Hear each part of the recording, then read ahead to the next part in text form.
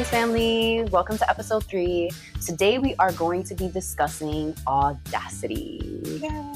What does audacity mean? So just want to start off by saying that audacity typically has a negative connotation associated with the word, right? Like when we think of like somebody with audacity, like we always think of like some type of tea, right? Like, I don't know, like somebody drinking the last of your orange juice, but like putting it back in the fridge. The audacity. Or when you show up late to work with a nice coffee. The audacity, right? Like right in front of your boss, like, hey, good morning. Audacity. So we typically think about audacity with a negative connotation, but today we kind of want to talk about it a little bit differently, a different perspective to give you today. Yeah, we want you to be able to have the audacity without going straight to it being a negative connotation in your mind or holding you back from having the audacity because you feel judged or like you're going to be looked at in a negative light. Or like somebody's going to talk about you and be like, the audacity, right? Which is not always a bad thing. Nope. So we kind of want to start off by just giving some examples that we looked up about the definition of audacity. So one definition is courage or confidence that other people find shocking or rude, not being afraid of consequences, or disregard for conventional thought. But essentially, I think what all that means is that audacity is basically boldness, right? Yeah. And I think that the world rewards audacity because the more audacious you are, the more fearless you are. If you use it in the right way, could be a really good thing, right? Yeah. And I teach this a lot with my clients, like stepping into an unapologetic energy, right? Stepping into your true authentic self. It takes having the audacity because you've been living in a space of maybe for you it's a shadow, or maybe for you it's being dimmed down and being afraid to shine your light, right? Like we always talk about, don't dim yourself, don't make yourself small. And we walk around, especially as women in a society with the patriarchy and all these things that we consider before we step forward. We want to shatter that for you, or we want to at least start to change your perspective of how you view that and how you can view yourself stepping out into the world, into a relationship, friendships, family, with having the audacity. Because what happens is the more you dim your light, the more you make yourself small, you lose yourself. You lose parts of yourself. It's a slow spiritual death when you do that. And we want you to be able to like shine. As corny or as cliche as that is, you deserve to shine. So having the audacity is not anything negative. It's actually stepping forward into a strong self-concept and just letting people around you see that. I think that if you have like a thought that kind of like makes you cringe inside, like, oh, like, should I do that? What are people going to think of me? Like, I think you just go for it, right? And like frame your mind, like, I'm going to have the audacity to do this shit and see what happens. Cause I bet it'll be pretty great. Yeah. Honestly. I'm glad you brought that up because being bold and having the audacity and being emotionally dysregulated and just being loose, they're two very different things, right? So if you have that feeling in your gut, like, oh, I feel so nervous, should I say this or should I do this? It's always important to check in with yourself, like, how am I stepping forward? Like, how would I view myself in this way? So when you are when you're doing this and it's new to you and you feel nervous, you always check in with yourself, like, does this feel good to me? Does it feel scary? Scary is different than being emotionally dysregulated. You feel fear because you're not used to it, not because like you're fucked up or you're loose or you're dysregulated or you're just like sloppy. That's not it. Being bold and having the audacity is being true to yourself. And sometimes we're afraid to be seen, we're afraid to be heard, and that's what we're pushing you. That's where we're pushing you forward. It's essentially courage. Yeah. Just the courage to be seen, the courage to want more for your life, the courage to ask for help or ask for opportunity. Especially as women, especially like in the finance world, like I think that like women are less educated. Well, we're becoming more educated, but just typically. And I think that like the fear of finances or having a conversation about finances, we can feel really, really timid about. But I think that we should shift that perspective because I think the more audacious we are with our questioning and our asking of things, like honestly, we'll get more information, we'll get more information. We'll know how to manage our finances more. We can have expressive, truthful conversations about like where we are with our finances or what we're planning to do. And like maybe having those conversations, we can actually get the appropriate guidance that we need that we typically wouldn't get because we're shy about talking about our money or something like that, you know? It's just Yeah. an example that came to my head just now.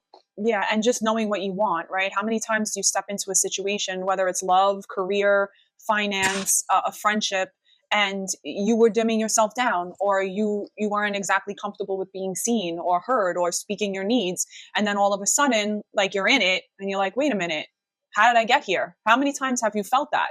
So if you learn to have the audacity, and when I say learn, it's a learned behavior, it's a habit. So you're going to feel uncomfortable in the beginning, and it's just like setting boundaries. Like, the more you set the boundaries, the easier it feels to do it, right? So the more you become audacious, the more audacity you have, and the courage and the boldness, the more comfortable you will be in that role. So when you step into a career, or you're discussing something with your boss, or a financial situation, and you speak your needs, you're going to come from a place of strength instead of being scared, timid, and afraid of rejection, right? Yeah. So There's so much power in knowing what you want. Like, so clarity is like the green light. Being clear and knowing what you want and not being afraid to say it, it's a green light. you know, that just made me think of Cardi B. Like, for example, like Cardi B is like, whatever, like she's super controversial, right? But Yeah. she's funny as fuck. She's real as fuck. And she has a lot of fucking audacity. She does. And look where she at. Look where she at. Yeah. Look where she came from. Look where she at now. And it's honestly all because of her audacity. If you really think about it at its root. Good for her. Also, like, the fear of you being judged is what really holds you back. And I need you to know this. No one can judge you if you're not judging yourself. So judgment comes from you first. Like, oh, are they going to say this about me? Are they going to talk about me? Are they going to start a rumor about me? Are they going to perceive me this way? When you start out in something afraid of how you're going to be perceived, you allow that external, so the person, the situation, the circumstance, to control you. And that is like, you have a flame of audacity, you just put it out. Yeah, you got in your own way.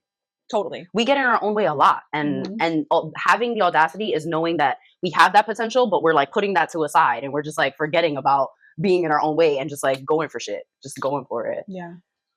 I think like another way to honestly be more audacious is just knowing that like you don't have to be 100% qualified for something, and you don't have to be 100% ready. I think that also can stop us sometimes too. Like, if we're applying for a job and we don't feel fully qualified, just apply for the job.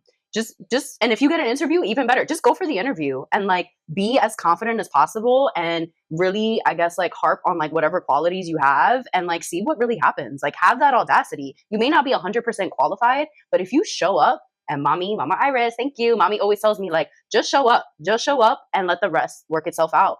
And it's true. Like, having the courage to just show up even when you don't feel 100%. Don't wait for that 100%. You know, just do it. You'll never be 100% ready for anything. Word. So just that, you might as well just like throw that out. You'll never get there. Word. But like, we often think about that, you know, you like, just keep waiting. Yeah. You keep waiting to start. You keep waiting for the pass. You keep waiting for the okay. You keep waiting to be 100% ready. That's how you get stuck in waiting energy. This whole conversation is all aspects of how do you self-sabotage. And the way that you stop self-sabotaging, which people ask me this all the time, I can't get out of my own way. I keep hitting a brick wall. Like, all of these things, this is how you do it. You do it scared. You do it unready. You don't have to be unprepared. Okay. You're not going to be 100% qualified for something. I don't know. How do you know that? How do you know that? How do you know that maybe their qualifications were 1, 2, 3, 4, 5, and when you got there, they were like, wow, you're the whole package up to 10. How do you know? But if you keep rehearsing, like, oh, I gotta wait till I'm ready. Oh, I'm not 100% ready. Oh, I'm this, that, and you have all these stories in your head holding you back. Come on, you're going nowhere. Yeah, fast. That's happened to me a lot, like All of way us. too many times. Yeah, it's happened. I know it's definitely happened to all of us. It's something that we can all relate on. But I'm just like, as I'm hearing you speak, like, I'm reflecting on like the ways it's happened to me, and I'm just like, damn, girl, like, if only you were a little more audacious in that moment, right? you could have maybe got what you wanted. Myself a little harder. But I think that, like, yeah, just going for what you want and having the courage to go for what you want. Like, it's honestly also not going to be received well by everyone, and it's important to be prepared for that too. Right? You know, like, not every there's gonna be haters, but like, as my music engineer says, if you don't have haters, you're doing something wrong. Yeah. Like, you know? And you don't need to be accepted. Like, the only person that has to accept you is you. So at the end of the day, when you're sitting by yourself and the noise is quiet and everybody goes home and you're facing yourself, you versus you, that's the person you're supposed to please. That's the person you're supposed to say, like, Lane, you did a job well done today. Like, I'm proud of you. Or what could we do differently tomorrow? How could we have shifted this situation? How could your self-concept get stronger here? That's the person that you link with. That's the person who has to approve of you. So when you step out again in this world, how do you feel inside? And like, the therapeutic term to this is like nervous system regulation, right? Because we want you to be regulated so that you can take a chance. You can step out. You're not viewing situations through like a trauma wound or the situation you've been through before and now you're afraid it's going to happen again. All that stuff is normal. It's going to rehash in your head. But now that you have a different level of experience and a different connection with yourself, you can say, that was the old me. That was the old story I used to tell. I'm not her anymore. So I'm going to do this confidently, and I know that it's going to be a success. That's the only measure of progress you should be focused on. It's true. You versus you. That's I feel like that's always a constant battle, I think, for the rest of our lives. Like, there's always going to be some way, shape, or form where we have to like level up and we have to be challenged from versus our old patterns, our old ways to like whatever we're trying to then develop. Like, I feel like that's like a reoccurring thing. Like, I'm always reparenting myself. Yeah. And sometimes I hate it because I'm like, damn, like, why can't I just do this? Like, I definitely just want to do this and have absolutely no consequences, but like, that's not the way life works. So I mean, that would be lovely. I gotta be like, but no. Yeah, but like over time, like you get sick of it. You get tired of not having the audacity. I know I do. Like if you get tired of being like the opposite of the opposite.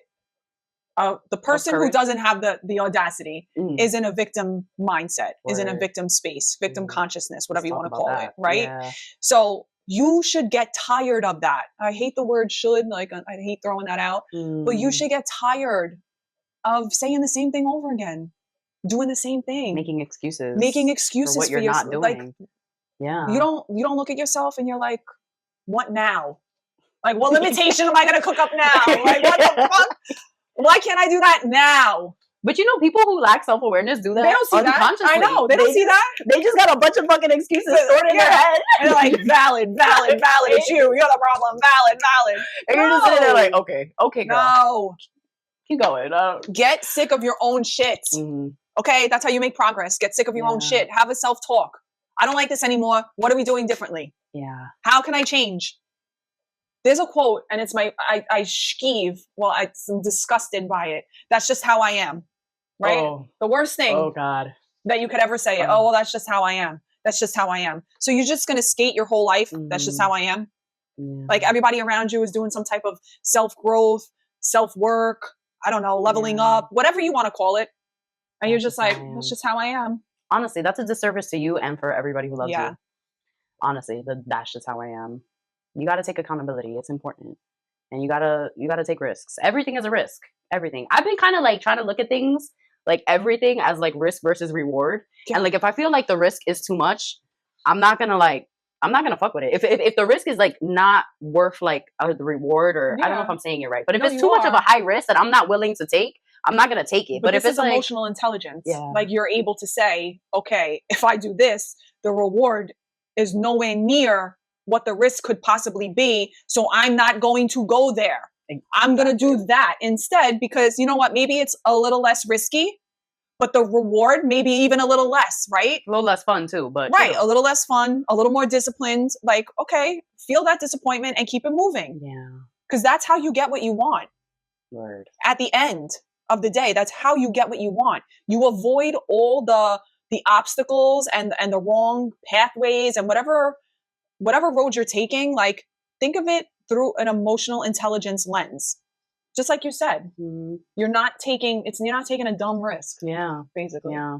It gets to a point where you just can't afford it. Like maybe in your like early 20s, like for me, like in my early 20s, like, all right, whatever. Like I can make all the dumb decisions. But like if I keep making dumb decisions as I go into my 30s, like what am I really doing? Honestly. Yeah. Because what am I manifesting by doing stupid shit constantly?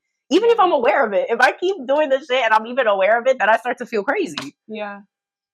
Isn't that crazy? Yeah. I mean, that's the negative way of audacity. That's like that's audacity. But remember, no, it's not audacity in a bad way. Okay. It's audacity in a sloppy way, right? An uncontrolled way, an undisciplined way. The best thing you can do for yourself is train your mind. Like, how many people do you see in the gym, right? Oh, I got to make sure my gains, my ass, protein, fiber, water, all these things, peptides, right? All of these things. And their emotional intelligence is like the bar is in hell. Do you think you're the complete package when you're like that? So you look good, right? So you're disciplined physically, but your emotional intelligence is in hell. The bar is that low. So what you're doing differently is you're seeing yourself holistically now. Like if I'm a character in a movie? Yeah. And it may be appealing to do something like, I don't know, that I'm not more exciting that you're not supposed to do, right? Everybody want what they can't have. Yeah. Everybody wants the fire. That might spark you to want to do that. But at the end of the day, now you're saying to yourself, like, maturity wise, where am I going with this? What's really going to happen if I do that? Yeah. What's going to happen? And time flies. Because you're 20, what are you, 28 now? So yeah, it's 28 now, girl. Yeah. Time flies. It's time to make a little bit more responsible decisions. You can do it. You can do it. No, but it's imperative, right? It's imperative for our future. That's what I tell myself. Like, my future's on the line if I keep doing this shit. Somebody also told me I want to circle back to the being understood piece. I was having a conversation recently with someone and they told me, like, why do you seek so much to be understood by others? You know, like, and I think that this is something that has stemmed from my like family upbringing. Like, I think I wanted so bad for certain family members to understand me and to just like accept me or understand like why I made certain decisions. And it's like they weren't. So I was driving myself crazy trying to like explain myself, talking to a wall. And it's like, where is that really getting me? It's just making me like waste energy. It's making me sad, making me disappointed. I don't know. It doesn't help with my confidence. And and I think that person was right. Like, why are we seeking so much to be understood by people who just like are committed to misunderstanding us? You know, like if they're committed to misunderstanding you, they're going to misunderstand you no matter what. So honestly, what is the point? I think that also really, not to be all psychoanalytical here, but I think that also goes back to like your level of self-trust. Because if you have a high level of self-trust, it's not that you don't care about being misunderstood, because like that's another thing. This is a sidebar. I am getting turned off by how many people are talking about like, oh, I don't give a fuck anymore. Like, I don't care, unbothered. They're all using it. Not all, but a lot of people are using that in a way that's trendy and not true to the self. So you can talk about being unbothered and like you don't give a flying fuck, all these things, but you really are bothered. So you're just screwing yourself. That's like a little sidebar. But anyway, let me get back to you. The self-trust. If you have a solid level of self-trust, the opinions of other people, they fall away. Like you can't control another person. So they can perceive you, look at you a certain way, judge you, or misunderstand you. But as long as you're locked in with you and you trust that the decisions that you're making or the path that you're taking, the energy that you're giving off is true to who you are, it's almost like you don't even pay attention to it. So that's like the real deal unbothered is indifference, right? It's not, oh, I'm unbothered by him, but now I'm like checking my phone 50 times if he texted, right? That's not, you could say that all you want. But when you have a high level of self-trust, you're just leaning on you. So I think you're developing that. Yeah, I feel like I am. And my question was going to be like, how can I do more of that? I know that it's like baby steps, right? Because not everything is just like from one thing to the other, just like that. But like, you know, I guess maybe just having like structure, right? Just having like discipline, just saying what you mean, meaning what you say to yourself, right? Yeah, and it's the follow-up after, right? So if you have the audacity or you set a boundary or you talk about something and you start to say to yourself like, oh God, like, did they misunderstand me? Like, did I make myself clear? How were they perceiving me? Was I too much? When you start to have that internal dialogue, that's where you stop yourself and like throw in one mantra that you could just say in that moment. So your brain gets used to replacing the negative self-talk with that one mantra, like, I am safe. People love to listen to me. People love to hear what I say. Like, I can continue to shine. Like, I'm safe right now. Yeah. Like, you just replace what happens is when we ask those questions, like a negative self-dialogue, it's like you're really looking for safety because you don't feel safe doing something different. Yeah. It's not about being incapable. It's like not feeling safe. So you always come back to like a baseline of safety. And then your brain's like, okay, every time has the audacity, or every time she says no and she means it, or every time she sets a boundary, boom, she is safe. The brain will pick up on that eventually. eventually, I think at right? first Like it it's might feel a little chaotic, reprogramming. Yeah, right? you're retraining your brain. Yeah. So you just keep saying, I am safe. Like, I am safe to shine. I am safe in my energy. I am beautiful. You know, whatever you want to say, your brain will go to that over time if you persist in that. Yeah, you got to be consistent, just like everything in life. Yeah, it's a practice. Absolutely. Honestly. Yeah. But I think that's what we have for you today, folks. Yeah. Thanks so much for tuning in. And do you want to say anything for your do you have anything going on for your business in June? July? In June, I have monthly workshops with my Courtney, my bestie Courtney Stevenson. Hi, Courtney. She's a fellow coach. We do monthly embodiment workshops. So if you want to follow me at Ask Elena, I'm on Instagram, TikTok, and we do all of our promotion and sharing over there. So we would love to have you. Yes. If you want to join. Yes, I'm also pursuing my music journey, and I'm coming out with some new music this month. So tune in. My artist name is Lolina. So exciting. Yeah. Take care, everyone. Bye. Peace, y'all. Go Knicks, by the way. Oh, God.